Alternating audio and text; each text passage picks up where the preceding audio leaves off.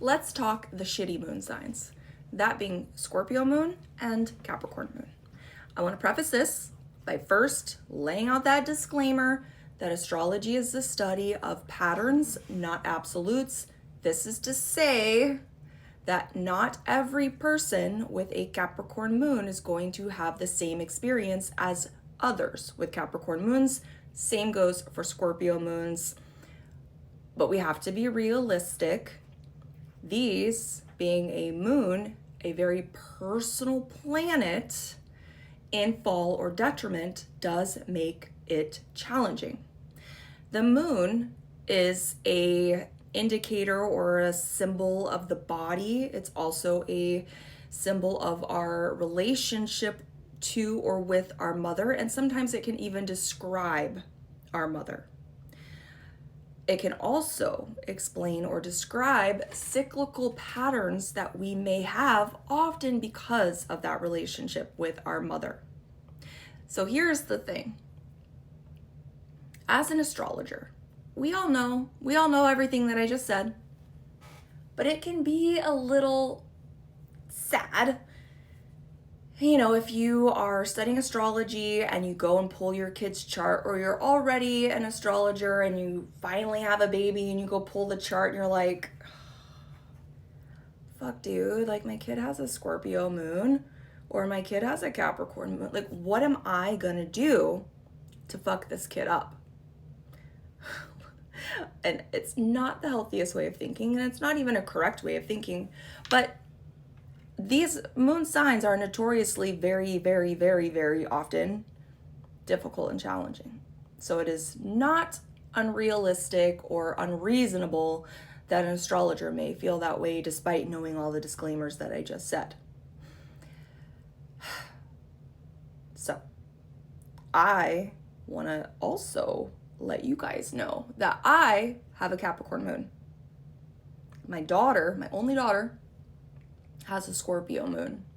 And when I saw that she had a Scorpio moon, and I'm in the camp that didn't really know what that meant until a few years ago, and she's 11 now, I was like, oh, what am I gonna do to fuck this kid up? Like, oh my God. It's a little scary. It is a little scary. But here's the thing. It doesn't always have to play out that way. A Capricorn moon, for example, yes, often challenging relationship with the mom. That one more than a Scorpio moon.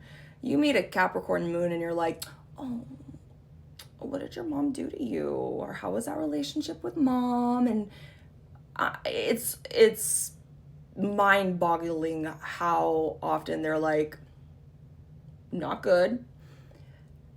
My relationship with my mom was not good. It was very challenging, to say the least. But I also have other negative aspects to my moon that would have made that more difficult. Now, if I did not, for example, have Mars square my moon or Venus square my moon in a T-square, this could have played out a little less dramatically. It could have just been that my mom was a single mom and I, as the oldest of three, had to take care of my siblings. That is partially how it played out, but it was way worse because of those nasty aspects from Mars and Venus and Saturn, actually. So it's just having to take on more emotional responsibility and even physical responsibility around the house because your mom is working, or maybe your mom has situations in her own life that make her emotionally unavailable. Usually with that Cap moon, you're just not really in a position to learn how to properly deal and process your own emotions because the mother is typically traditionally the one that's going to teach that to you.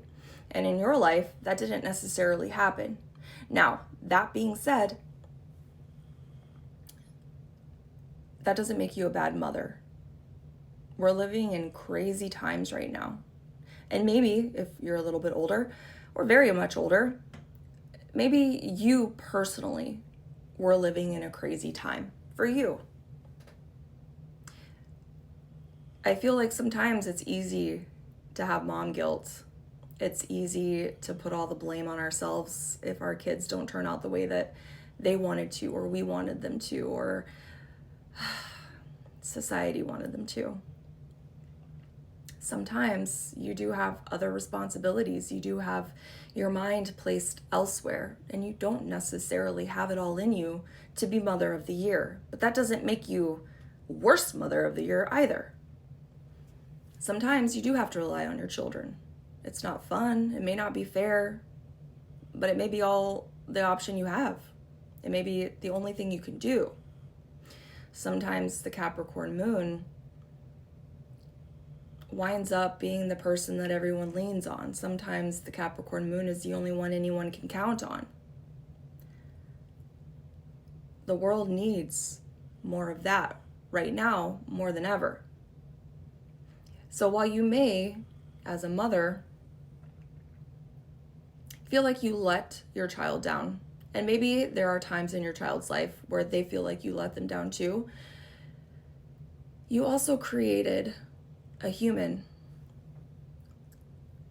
who stands by their own morals, who takes care of everybody else even when they're falling apart, who doesn't make their feelings other people's responsibilities, who cleans up their own mess emotionally. These are all really good traits to have. This is not to say a Capricorn moon shouldn't learn how to allow others to hold their hearts, but they are excellent holders of others' hearts, and that is so desperately what we need. Now, the Scorpio moons,